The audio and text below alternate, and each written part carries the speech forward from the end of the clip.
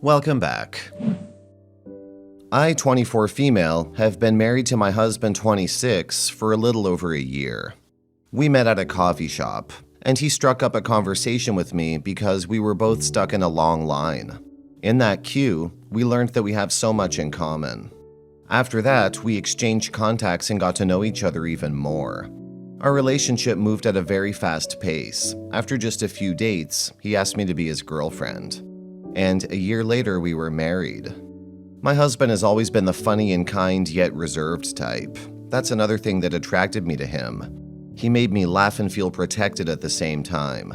It is said that people change when they get married, but he stayed the same.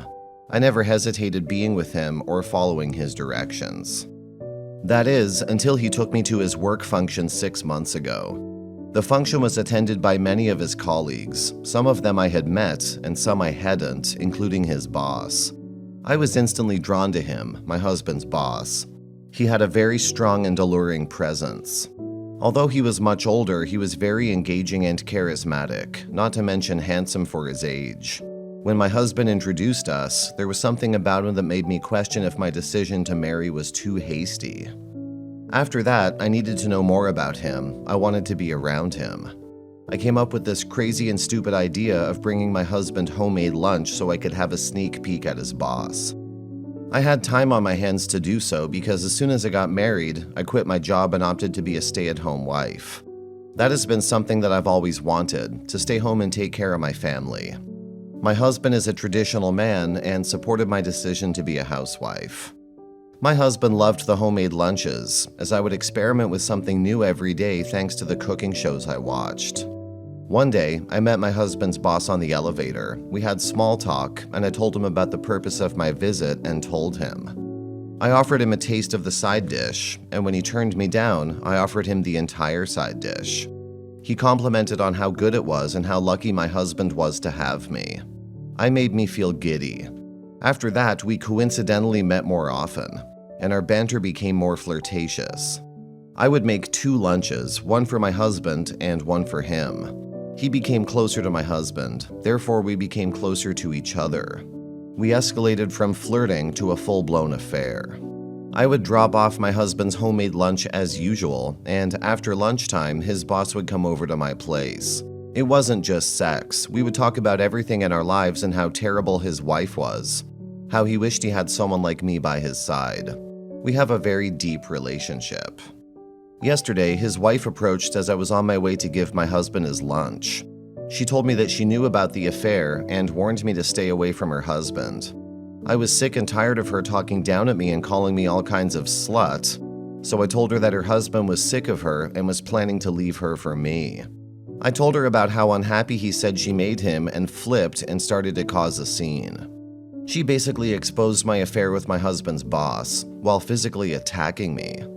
By the time security managed to separate us, the rumor had reached my husband. My husband tried to pull me aside and defend me and my reputation, but I was driven by rage and wanted that woman to be in pain, so I realized I no longer had feelings for my husband. So I admitted to the affair and demanded a divorce in front of my husband, his boss, and his colleagues. I was so enraged and tired of pretending that he was the man I wanted to be with. My husband was left stunned, and when his boss tried to say something to him, he socked him in the mouth. After that, he didn't say a word and just left. He was fired after that. I followed him home, planning on explaining to him that I didn't mean to hurt him, and found him packing a small duffel bag. I didn't stop him because it was something we both needed. I tried reaching out to his former boss to at least let him keep his job, but I can't reach him anywhere. Am I the asshole for defending myself against that woman? I was being attacked, and they were going to find out eventually. We were already talking about leaving our partners before his future ex-wife made a scene in public. Update. I agree that was not the way to go about it, especially not in public, but I was driven by rage and frustration. My husband filed for divorce before I had the chance to. My lawyer says he got a job out of state and he's planning to move as soon as possible. That's why he wants this over with fast so he can cut ties with everything and everyone from here. I think it's going to be a fast and easy divorce because there are no kids involved. Since we both agreed that I would be a housewife and live off his salary, I'm entitled to alimony until I remarry. I think the alimony is too little to maintain my lifestyle, but I'm not worried. My current partner can take care of me. The only problem is that I can't reach him, ever since that day his wife caused a scene. He doesn't answer my calls, the security doesn't allow me into his gated community, and even the security at his company doesn't want to let me in. Update. It's been a couple of months since my last update. My divorce has been finalized, and this is supposed to be the happiest day of my life, but I'm not. Instead, I'm filled with regret. After sacrificing my own marriage to be with him, after talking about building a future together, he tells me that he's not leaving his wife and kids for me. He tells me that marriage has ups and downs, and he's strayed. But he's working on things with his wife. When I asked him, what about my marriage, he said that I make that decision for myself. Now I'm all alone with nothing.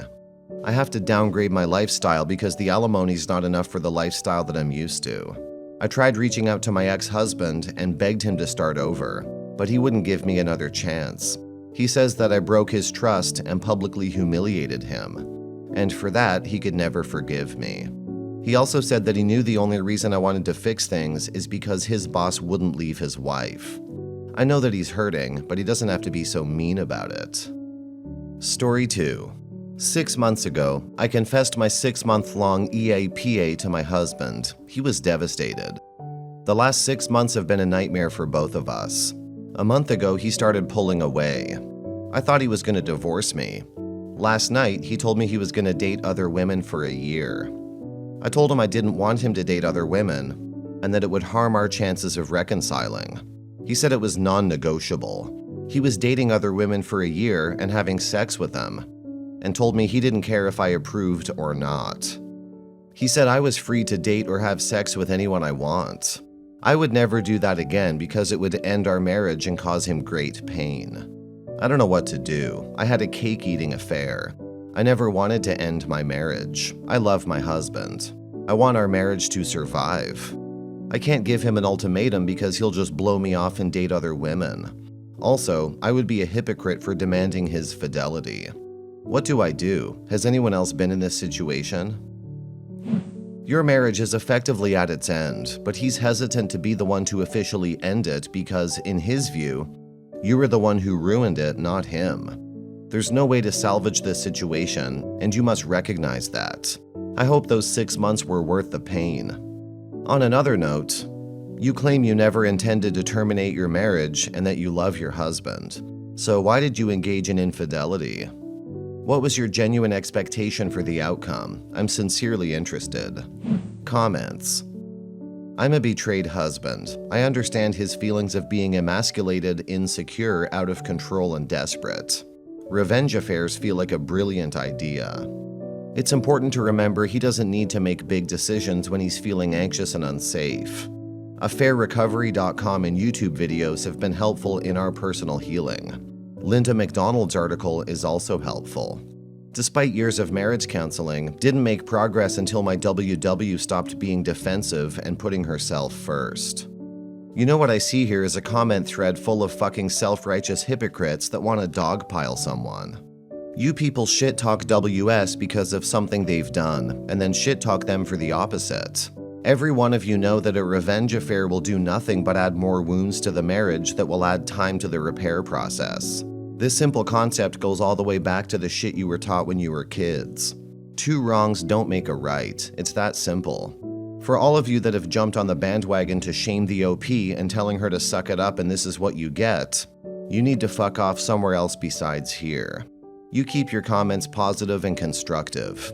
And if your comment doesn't fit either one of those, then keep it to your fucking self. Period. It ain't that hard to follow. Have a nice day. Maybe he just wants you to see how it feels. I'm not sure a lot of WS can ever understand how it feels. Maybe his way of explaining it to you. And I have to say that IMO, you do not get a say in that. He's giving you the same choice you gave him, except you put the both of you in that position, not him. He's only reacting to it. You want to make this work? Okay, maybe he's thinking, let her start from the same line she asked me to start from. Let her see just what she's asking of me. He might need to know that you're not asking him to do something you can't do yourself.